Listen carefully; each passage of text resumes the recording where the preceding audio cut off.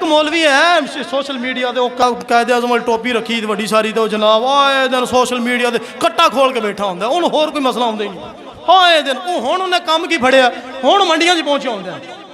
कदी केड़ी मंडी ते कदी केड़ी मंडी ते उत्थे जाके आखन दिया होंदा ये कट्टा जायज़ नहीं है नबी बाग की जिंदगी तो साबित नहीं है कट्टा नहीं जायज़ ना भैंसा ये जायज़ नहीं ये क्योंकि साबित नहीं है हुजूर के ज़माना अक़दस में ये साबित नहीं था तो मैं आख्या दुध पीना भी साबित नहीं है। अगली गल सुनो उन्हें जनाब वाली ना मंडी में रौला पाया उन्हें आख्या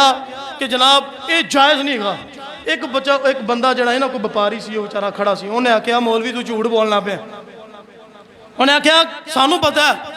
उन्हें आख्या जनाब वच्छा भी हलाल है और जनाब गाय भी जायज़ है कुर्बानी वास्ते भैंस भी झोटी भी कट्टा भी ये जायज़ ने तो गो मौलवी पता क्या आंदा फिर खोता भी जायज़ है। दसो भाई आ सुनिए ना तुसी बयान सारे ने बड़ा मशहूर है उन्हें फिर खोता भी जायज़ है। वेखो यार ए तेरा कोई इलमी जवाब है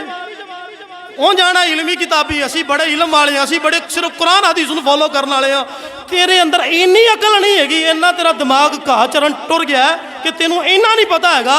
वो हलाल जानवरों का जिक्र कर रहा तू उनके मुकाबले में हराम जानवर खोते की गल करना पे हलाल और हराम के अंदर फर्क तो है ना खोता हराम है भैंस और भैंसा हलाल है तू भैंस और भैंसे के मुकाबले में कह रहा खोता भी जाए फिर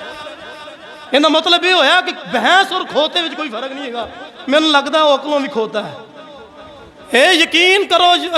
करो मैं आप अहबाब के सामने अर्ज कर रहा वहाँ ऐसे जेडे सोशल मीडिया के मजहबी स्कॉलर है ना यतीमुल इल्म इन्हों कभी भी